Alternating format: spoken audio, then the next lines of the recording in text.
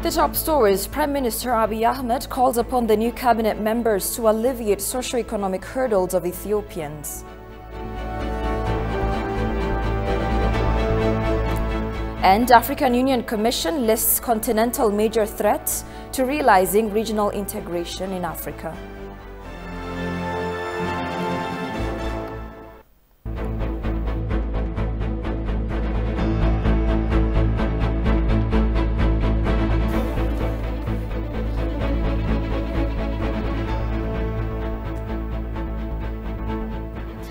Hello, many thanks for joining us. You're watching Addis News Hour with the news. I'm Tabitha John. Do stay with us.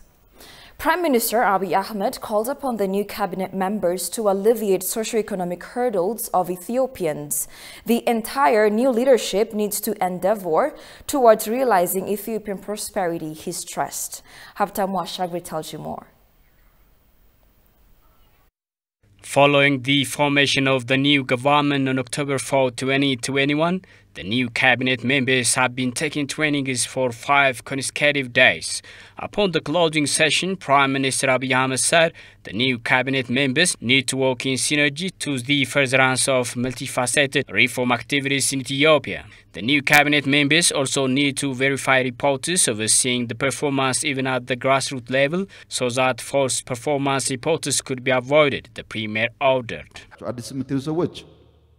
የቲም ቼንጅ ቲም ካለ አታፍርሱ ይሄን ያለ ምላክ አታፍርሱ ይው በተግባርና የሚሰራ ከሆነ ይዛችሁ ቀጥሉ You shouldn't demolish the old working teams in your offices. As far as you get them agents of change, you have to see the final results of these teams. If you want to mix the existing teams, you had better see their practical performance. Some individuals are thinking how to work independently. You have to identify effective workers. There have been a number of false performance reports in the country. In Ethiopia, this is a serious problem, no less than corruption. If you are relying only on paper, you not go far beyond. Thus, you have to check every project on the ground. If you are a part of critical tasks, you have to communicate with heads after you deal with responsible workers. We have to be serious on such misleading sources of reports. We have to remove false performance reports. The Prime Minister further urges the newly appointed cabinet members to focus on passing a prosperous Ethiopia to the coming generation. የብዙ ሰው ችግር በውዳሴ መታበይና በጉንተላ መቆም ነው The biggest challenge of many leaders is to show off with praise and give up with critique. You have to understand this is a global system. This happens everywhere. Even some may approach you to criticize you, and some praise you without learning your real capacity and performance. Every positive and negative feedbacks are here and there. You have to manage all the positive and negative impacts. Thus, you have to keep the balance or distance of both good and bad conditions. Abiy told his cabinet members to compromise both positive and negative feedbacks to achieve targeted duties and responsibilities. ደግሜ ማስተዋወስ የምፈልገው ነገር በጣም ብዙ አዲስ አበባ ውስጥ በቀን አንድ ጊዜ መብላት ይቸገራል እኛ የምንመራው ህዝብ በቀን አንድ ጊዜ ለመብላት የሚቸገር ህዝብ ነው As you know, most of Addis Ababa residents are facing difficulties to eat even once a day. We are leading these people while leading our family members who couldn't buy medicine. Thus, we have to be conscious and use our resources wisely for the advantage of the general public to manage all our problems. If we double the current GDP over the coming 5 years, it would be sound for the ministers to go vacation overseas with the government affording their expenses. But with the current bad economy, we cannot afford that. I know I am speaking some tough issue, yet let's do at our utmost and double the GDP in the coming 5 years. አሁን ያለውን GDP double ብናደርገው The Premier added the newly appointed ministers and cabinet members need to work together to realize prosperity to alleviate poverty and backwardness to the nation. Deputy Prime Minister and Foreign Minister Demeke Mekonnen says Ethiopia can enter a new chapter by propagating the agricultural achievements of Oromia region to other areas of the country. Demeke's remark came after making field visits to the agricultural success in Oromia region. Demeke said Ethiopia can remain resilient against external pressures by modernizing the agriculture sector and boosting up production and productivity. It is mandatory to ensure ensure self-reliance this way, he underlined. Oromia State President Shimallis Abdiisa, for his part, said over 3.4 million hectares of land has been refined in cluster farming. Shimallis noted that the increased attention given to cluster farming extended from 300,000 hectares of land to 3.4 million hectares of land over the past 3 years alone.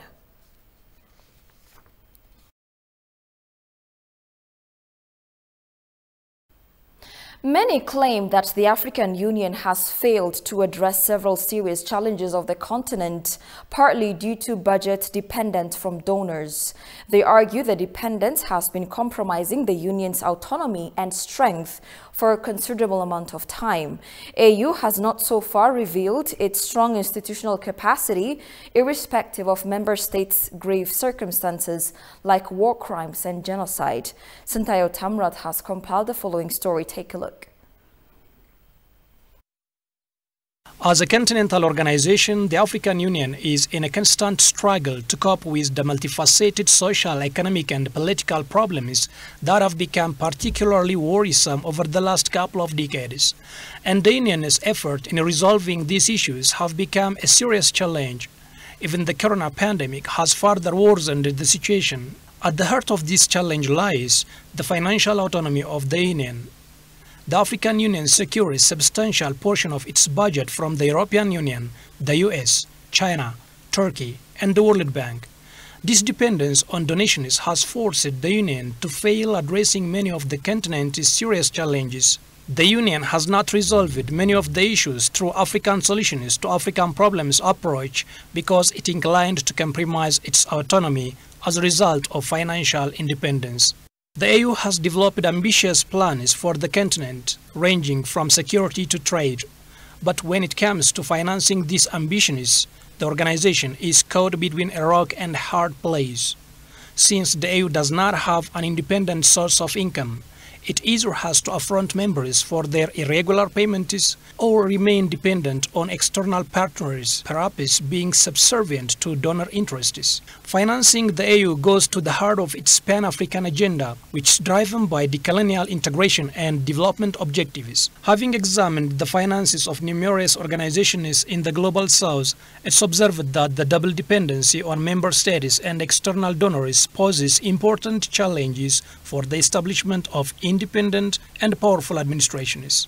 The AU is a particularly telling case of this trend. This is observed with its failure to say no to Western power intervention in Libya, Central Africa, and other countries across the continent. Unsustainable funding has also hindered the AU from developing its full potential. Irregular payments from member states and fragmented external funding have led to repeated cash flow crises, often with serious consequences. For instance, in 2016, the AU's mission in Somalia failed to pay allowances to its soldiers for 6 months. One of the priority agendas for the AU is silencing the guns, but not much has been done so far in this regard. There are conflicts in several states across the continent. The Union has so far been intervening to a certain extent. This is a promising move, but not corresponding to its constitutional mandates. The organization's constitution stipulates the African Union can directly intervene in a member state in such grave circumstances as war crimes, genocide, and crimes against humanity. This was introduced to ensure that Africa's senior organization would never again allow itself to stand by idly as it had done during the Rwandan genocide of 1994. However, the AU has done little in stopping conflicts in many areas, including those in Sudan, Liberia, Ivory Coast, South Sudan, Central African Republic, Niger, and Ethiopia. The African standby brigades which have been in preparation are to be seen in none of these areas. Rather, it was French troops who were airlifted into Bangui. It was left to the United Nations to move peacekeepers from Darfur, Liberia, Ivory Coast, and even Haiti to try to staunch the bloodletting in South Sudan. The standby brigades would answer to the African Union's Peace and Security Council. Then, if Africa is to prosper and ensure peace and security, its states need to work together to ensure financial independence of the African Union. The ongoing efforts to reform the African Union are proceeding well and in line with the recommendations of the various EU bodies. However, the organization remains dependent on donations, which compromises its autonomy. Its budget reflects austerity, reduced expenditure, and giving priority to the most important issues of the organization. Since there is a burden between donation and autonomy of organization, Africans need to depend on their own resources. This might be the better way, if not best, of creating more powerful and united Africa that can maintain its interests in global arena. AUC chairperson listed the continental major threat to realizing regional integration in Africa. The third mid-year coordination meeting has been held on Saturday in the presence of heads of state and government of the African Union. Haptamu Ashagri has more. Systematically support the regional initiatives according to the principle of subsidiarity.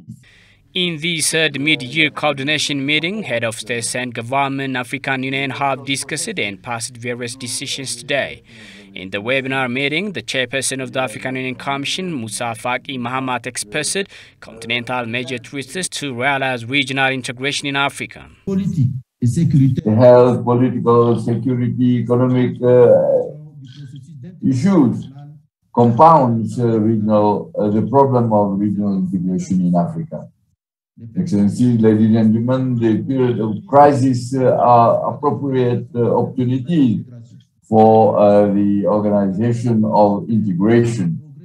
According to Musa, the African Union Commission is trying to solidify ties with other institutions to realize continental agendas. The European Union, towards its progress towards integration, has always been progressing after moments of crisis.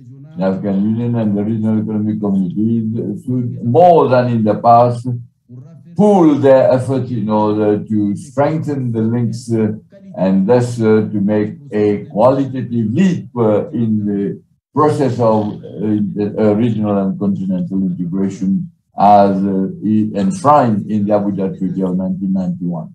The chairperson of the African Union, Fasil Ghebbi, for his part said the COVID-19 pandemic is slowing down the regional integration between African member states. According to Felix, African countries have been undertaking good response to control the spread of the pandemic as well as negative impacts. We recognize that although COVID-19 has slowed down integration, Africa has yet to record good results in light of this pandemic.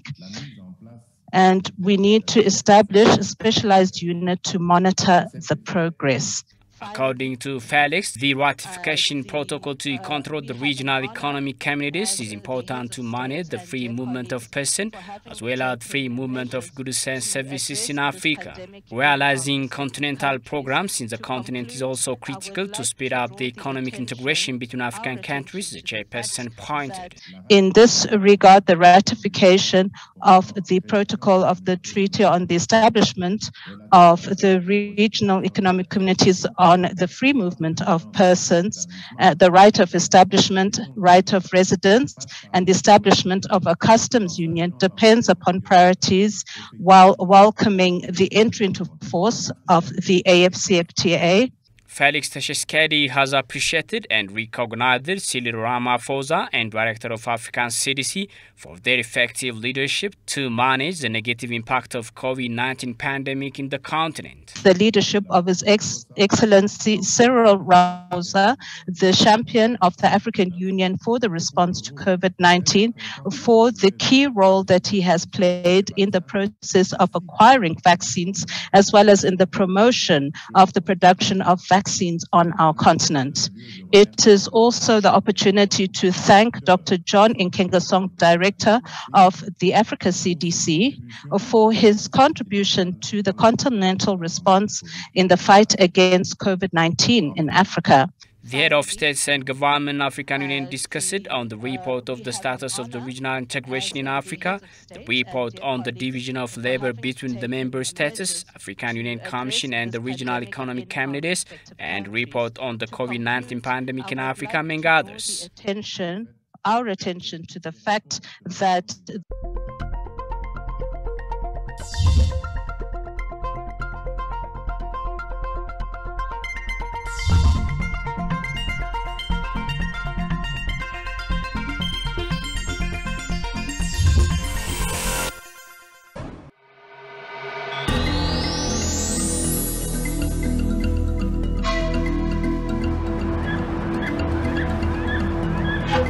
Gondar, a city of palaces and castles.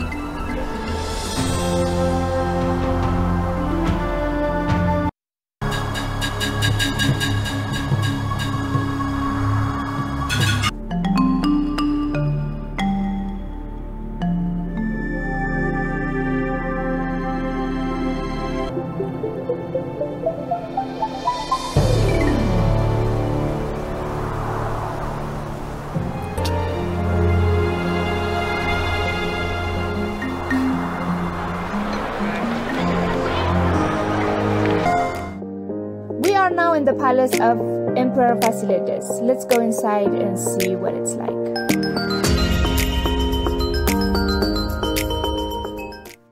It has a unique Nubian structure and it was registered on the UNESCO Heritage Sites in 1979.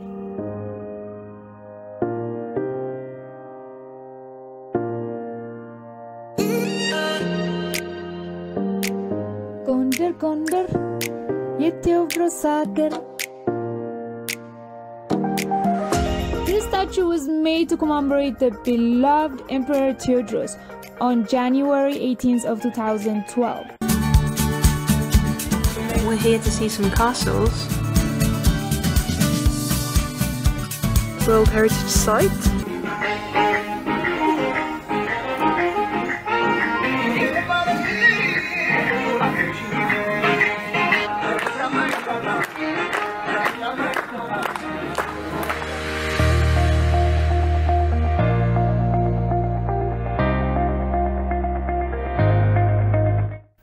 Welcome back again. Deputy Prime Minister and Foreign Affairs Minister Muammar Gaddafi held talks with South Sudanese Joint Monitoring and Evaluation Commission Deputy Chairperson Major General Charles Tai Gitawi.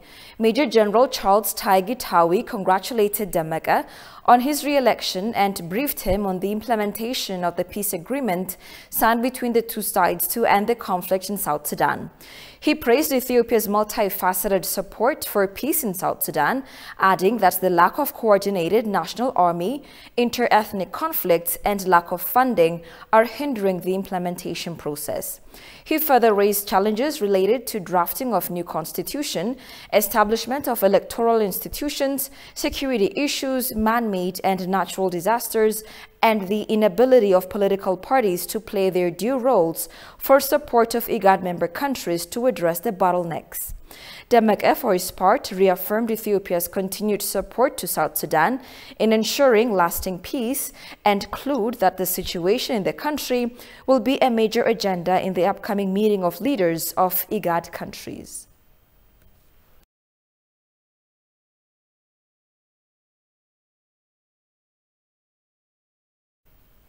Burkinabe Foreign Minister Alpha Berry lauds Ethiopian Airlines' role during the pandemic. Spokesperson of the Ministry of Foreign Affairs, Dina Mufti, for his part, rejected the recently aired prejudice by CNN against the airliner. Daniel Kasahun has more. 39th ordinary session of the Executive Council of the African Union, which has brought foreign ministers of African countries and heads of the regional economic blocs and the regional mechanisms have convened here at the headquarters of the African Union to deal with pertinent issues of the continent, such as COVID-19 and restructuring of the continent, as well as budgeting of this continental organization. Whatever the issues are raised here, integration and prosperity of the continent is at the heart of their deliberation. With regard to integration, the roles played by the Ethiopian Airlines is immense in integrating the continent within Africa, as well as integrating the African continent with the outside world. And we want to thank Ethiopia for... Responding to ETV, Burkinabe Foreign Minister Alpha Bari lauds Ethiopian Airlines' role during the pandemic. No, it is a good company. Ethiopian Airlines make a good job during the COVID crisis, so it's a good company. Spokesperson of the Ethiopian Ministry of Foreign Affairs, Dina Mufti, mentions saying, "Nobody kicks a dead dog, and it wouldn't be a surprise to hear allegations from a wrong corner about the Ethiopian Airlines." Most importantly, he indicated it is one of the best airlines which integrates nations of the world. This is one of the, I can say, without being very much prejudiced as an Ethiopian, that is one of the best airlines in the world. It's best in the sense that it's not only commercial flights, it's not commercial carrier only, it's a carrier that is integrating the rest of the world with Ethiopia. It is integrating African countries. It flies to so many destinations. Whenever it flies, it carries with itself the culture, the goods, the materials, the sense, the spirit, and everything. So therefore, it's playing one of the best roles of that the best airline can play. Reflecting on the recently aired allegations from CNN, Dina said it is a prejudice by CNN against the airliner. There is a saying which goes like this: nobody kicks a dead dog. You know, you never, you kick a dog only that barks at you, a dog that can fight you. This airline is quite a remarkable airline that's doing our level best, and therefore you won't be surprised if it has a lot of adversaries, a lot of envies.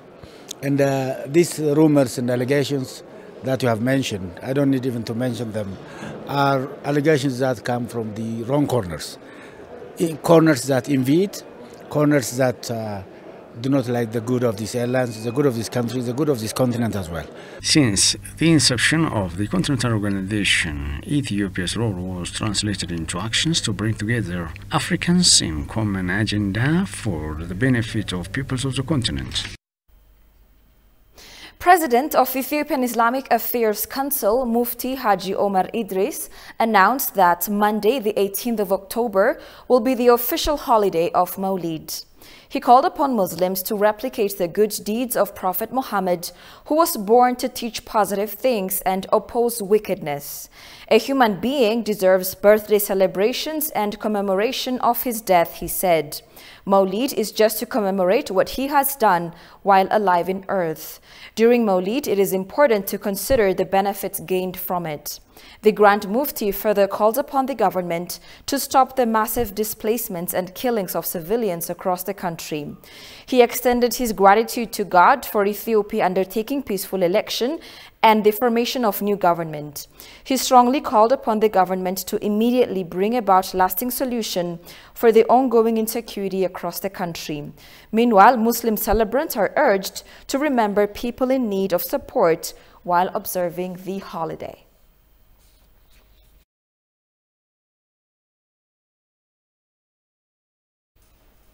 UK Minister for Africa, Vicky Ford, announces an additional £29 million of humanitarian aid for northern Ethiopia on World Food Day 2021. The Ethiopian people in the north are facing a humanitarian catastrophe and are in urgent need of support. This pledge will provide vital food, water, and health care to the hundreds of thousands of people facing dire humanitarian conditions in northern Ethiopia. The conflict in northern Ethiopia has spread beyond the borders of Tigray now, so we are expanding UK funding to reach those in urgent need in Afar and Amhara. The funding will be delivered by UN agencies and NGOs, including the WFP, UNICEF, and the Ethiopia Humanitarian Fund.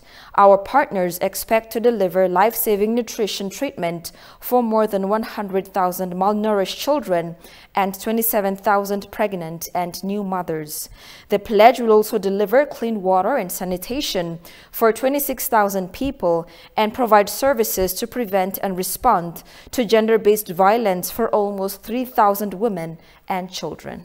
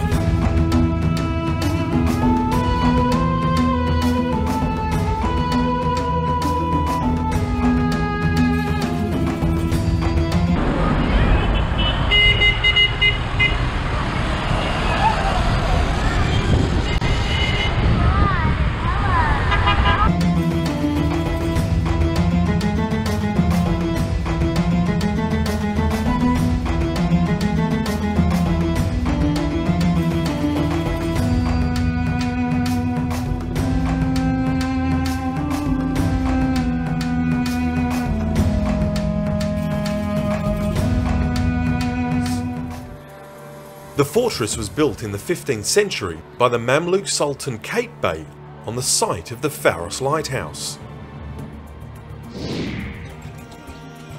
The Abu al-Abbas al-Mersi Mosque is the most important in the city. Built in 1775 over the tomb of an Andalusian saint, its walls and domes are covered in beautiful carvings, And finally, after an 8-month delay due to the coronavirus pandemic, Africa's biggest film festival kicks off this weekend. The much-anticipated Pan-African Film and Television Festival of Ouagadougou, FESPACO, will be attended by top African film directors. With the opening of the Pan-African Film and Television Festival of Ouagadougou, also known as FESPACO, Kuanda will have plenty of movies to choose from. 200 selected films are playing across dozens of venues in the capital. Among them, an Angolan fiction in which air conditioners stop working and start falling from the sky, leaving the poor to find ways to cool the rich. Then there's Freda, a Haitian coming-of-age movie, a dark drama from Lesotho, in documentaries from Libya to Burkina Faso. The festival was delayed for 8 months due to the COVID pandemic. It is taking place in a country facing an armed insurgency with over 1 million people displaced due to the violence.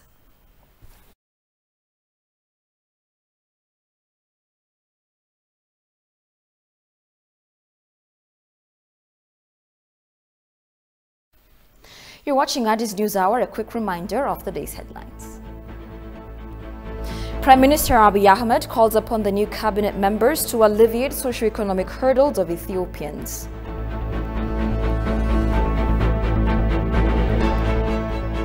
And African Union Commission lists continental